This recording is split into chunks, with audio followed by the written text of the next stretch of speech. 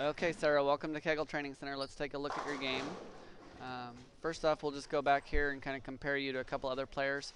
I looked at your comparison earlier I did with Carolyn Doran Ballard. I also did one with Verity, but these two we'll just look real quickly. As far as your setup here, relative to these guys, you can see one of the things that's a little different with yours. Your game is very similar as far as a good solid setup. Your knees could maybe be barely more bent, but the bigger thing is, if anything, I want to get you to where you're just a little bit more direct. In general, we normally want the right foot to point basically down the target line. If it gets too much more open than that, then you tend to over open your hips and your shoulders, but relatively speaking, that's pretty good there.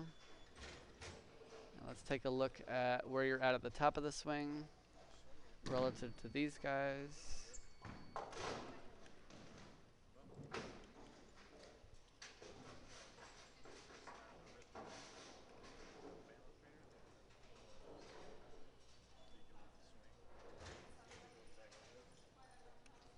You can see where you're at the top of the swing is your swing is definitely shorter than theirs. You do a good job of trying to use your left arm. You got your left arm a little bit more in front of you than they do, but theirs is a little bit more off to the side. But the other thing too is you've got your ball basically barely behind your back, which isn't necessarily ideal for what we're looking for. And then let's take a look at where you're at the finish position.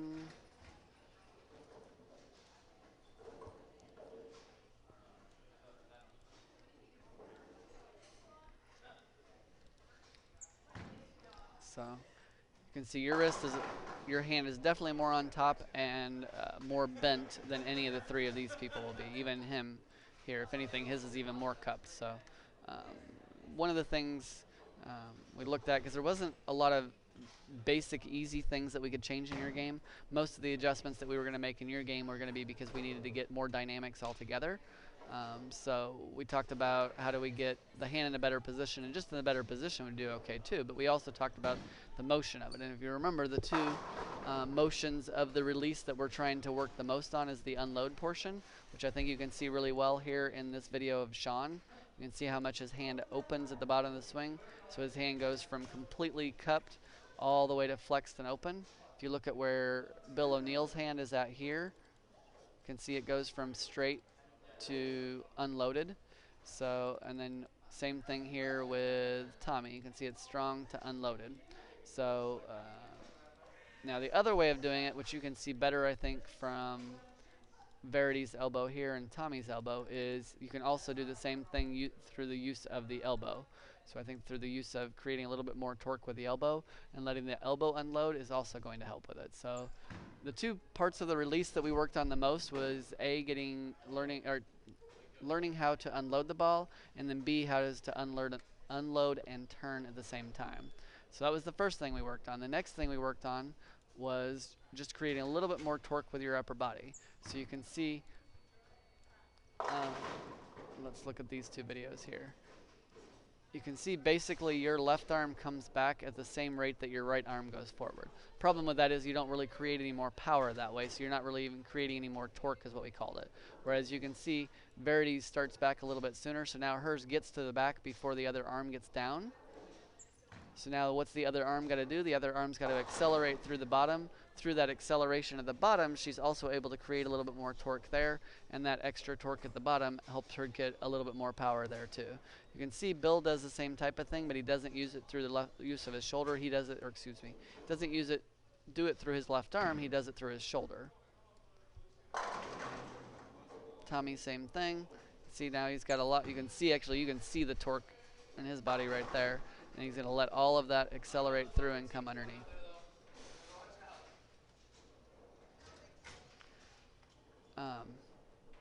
So that was the second thing we talked about. And then the third thing we talked about was just overall, how do we get ourselves in a little bit more dynamic positions and create a little bit more speed and try to get a little faster. So you can see she's got her weight a little bit more forward. So now she's going to be a little bit more on the fronts of her feet,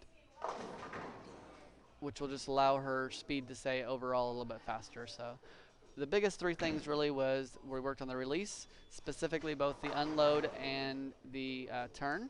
We worked on creating more torque with the shoulders, and then just more overall speed with the feet over time. Those are really the three biggest things I want you to work on. I'm going to remind you that when you go practice, let's work on all break the practices down into 3 basic sections. Section 1, we want to work on the physical game adjustments, which in your instance is going to be those 3 things we just talked about, either your release, your shoulders, or your overall speed, or a combination thereof. Those would be like section 1. And then section 2, you want to work on any of the 5 adjustments that you think will work. And remember the acronym LASER. So L is for loft, A is for angle, which angle refers to kind of playing first arrow, second arrow, third arrow. S for speed, E for equipment, which is the easy one because you can just change colors a lot of times, and sometimes that's the best option to do.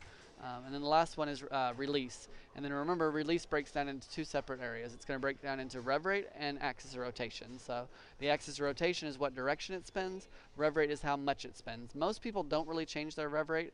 Of course, Verity is the example I was using earlier. When you were watching her shoot her spares, a lot of times she would actually reduce her rev rate and throw the ball harder, and she did a combination thereof. But in most instances, when we're making adjustments, we're going to do those 5 adjustments, and we're going to do some combination thereof. But I think if you continue to work on these things, I think that, like I said, it sounded kind of harsh, but I want you to throw it more like a guy and less like a girl.